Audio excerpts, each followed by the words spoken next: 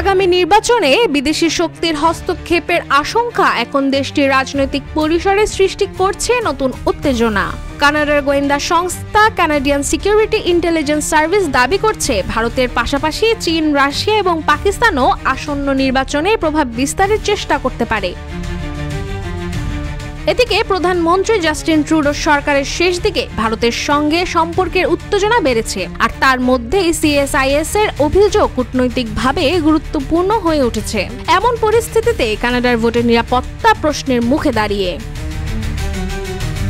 আগামী 28 এপ্রিল অনুষ্ঠিত হতে চলা কানাডার জাতীয় নির্বাচন, যা পূর্ব নির্ধারিত 27 অক্টোবরের ভোটের প্রায় 6 মাস আগে হচ্ছে, এখন রাজনৈতিক এবং কূটনৈতিক উত্তেজনার কেন্দ্রবিন্দুতে পরিণত হয়েছে। কানাডার গোয়েন্দা সংস্থা সিএসআইএস এর মতে ভারতের মতো শক্তিশালী দেশ নির্বাচনের প্রক্রিয়ায় হস্তক্ষেপের চেষ্টা করতে পারে, তবে এই অভিযোগ নতুন নয়। এর আগে ভারতের বিরুদ্ধে একাধিকবার নির্বাচন প্রক্রিয়া হস্তক্ষেপের সন্দেহ প্রকাশ করেছে কানাডা।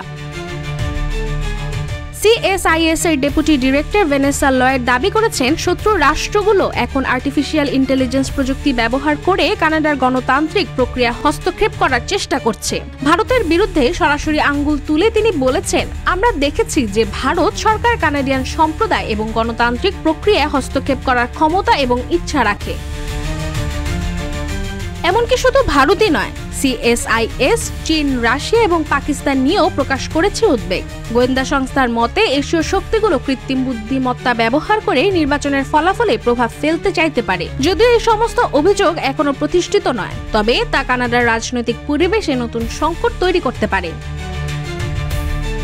এদিকে এই নির্বাচনের আয়োজন এমন সময় হয়েছে যখন কানাডা এবং মার্কিন যুক্তরাষ্ট্রের মধ্যে শুল্ক যুদ্ধ চলমান। এর পাশাপাশি কানাডার আগাম ভোট ঘোষণাও আন্তর্জাতিক রাজনীতিতে তার নিজস্ব প্রভাব ফেলছে। কানাডার জাতীয় নির্বাচনের আগে বিদেশি শক্তির হস্তক্ষেপের আশঙ্কা দেশটির রাজনৈতিক উত্তেজনাকে আরও বৃদ্ধি করেছে। রাশিকা হোসেন, রূপালী বাংলাদেশ।